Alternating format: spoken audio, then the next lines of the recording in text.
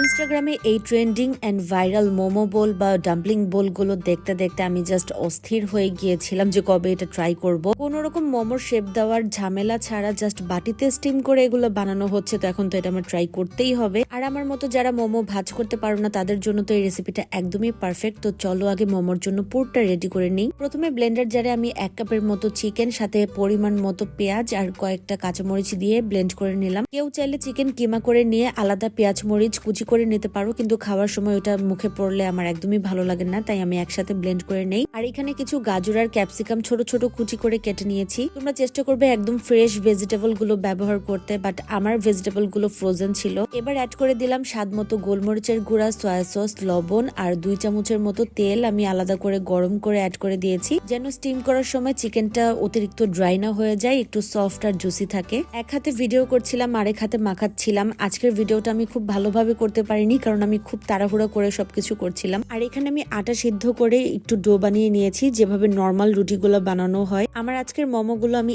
এই বাটিটাতে স্টিম করব, তাই এই বাটির সাইজ অনুযায়ী আমি কিছু ছোট ছোট রুটি বানিয়ে নিয়েছি। একদম রেগুলার আমরা যেভাবে রুটি বানাই ঠিক ওইভাবেই আমি বানিয়েছি, আর যতটা পেরেছি ততটা পাতলা করে বানিয়েছি। আমি এতটাই তাড়াহুড়া করছিলাম যে মোমোর জন্য আলাদা যেভাবে ডো বানাতে হয় আমার সেটা পর্যন্ত খেয়াল ছিল না। আজকে আমি 2টা মোমো বোল বানাবো, তাই 2টা সেম বাটি নিয়ে নিলাম। তোমরা যে কোনো বাটিতে স্টিম করতে পারবে, জাস্ট বাটিটা হিট প্রুফ হলেই আর কোনো সমস্যা নেই। প্রথমে বাটিতে একটা রুটি বিছিয়ে দিয়ে আমি ভালো মতো সেট করে নিয়েছি, তারপর পরিমাণ মতো চিকেনের পুর দিয়ে দিলাম। এখন এই পুরটাকে আমি চারদিকে সমানভাবে ভালো করে স্প্রেড করে দিব। এই কাজটা কিন্তু একদমই সোজা, জাস্ট একটা করে রুটি দিবে, তারপর কিছু পুর দিবে, তারপর আবার একটা রুটি বিছিয়ে দিবে, তারপর কিছু পুর দিয়ে দিবে, এইভাবে করে লেয়ারিং করতে থাকবে। এ তো দেখতেই পারছো আমি কত সুন্দর করে প্রথম লেয়ারটা রেডি করে ফেলেছি। এখন আমি দ্বিতীয় লেয়ারটা দিব। এইভাবে তোমরা যত খুশি তত লেয়ার দিতে পারবে। আমি প্রথমে ভেবেছিলাম 3টা লেয়ার দিব, কিন্তু তারপরে দেখলাম বাটিতে অনেকখানি জায়গা ফাঁকা রয়ে যায়, তারপর আমি আরো একটা লেয়ার বাড়িয়ে দিয়েছি, মানে আমি টোটাল 4টা লেয়ার দিয়েছি। চাইলে তোমরা এখানে প্রত্যেকটা লেয়ারে চিজও অ্যাড করে দিতে পারো, তাহলে খেতে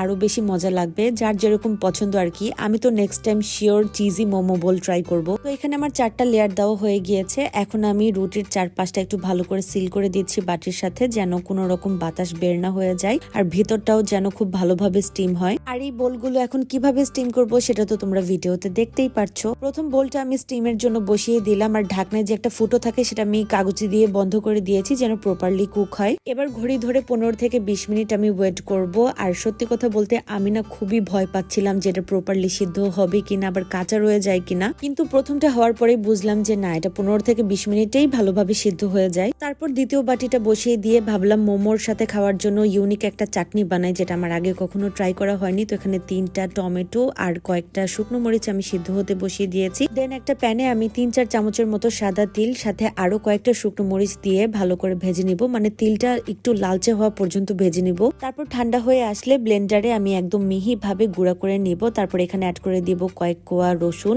সাথে একটু আদা কুচি আর ফ্রেশ ধনেপাতা। এবার যে টমেটো আর শুকনো মরিচ গুলো আমি সিদ্ধ করে রেখেছিলাম সেগুলোও অ্যাড করে দিলাম, আর সাথে স্বাদ মতো লবণ অ্যাড করে দিয়ে আমি আবারও সবকিছু ভালোভাবে ব্লেন্ড করে নিব। তাহলেই কিন্তু আমার মোমোর সাথে খাওয়ার জন্য মজাদার একটা চাটনি রেডি হয়ে যাবে। আর এদিকে আমার দ্বিতীয় মোমো বোলটাও রেডি হয়ে গেছে। তো এবার সবকিছু সুন্দর করে সার্ভ করার পালা। ট্রাস্ট মি গাইস, এটা যদি একবার বাসায় তোমরা ট্রাই করো, আজকের পর থেকে কোনোদিনও মোমো বানানো তোমাদের কাছে ঝামেলা মনেই হবে না। আর আমার মতো যারা মোমোর শেপ দিতে পারো না, ভাজ করতে পারো না, তাদের কাছে এর চেয়ে সহজ রেসিপি আর হতেই পারে না। আর সাথে আমি যে চাটনিটা বানালাম এইটা যে কি মজা, একদম ডিফারেন্ট একটা টেস্ট। আমার হাজবেন্ড তো খেয়ে বলছিল ও নাকি যখন দার্জিলিং গিয়েছিল তখন ঠিক এইরকমই একটা চাটনি দিয়ে মোমো খেয়েছিল। এখন থেকে আর হাতে গুনে মোমো খাওয়া লাগবে না, বাটি ভরে মোমো খাবো। তো আজকের রেসিপিটা কেমন লাগলো অবশ্যই কমেন্ট করে জানাবে, আর অবশ্যই সবাই বাসায় ট্রাই করবে। আল্লাহ হাফেজ।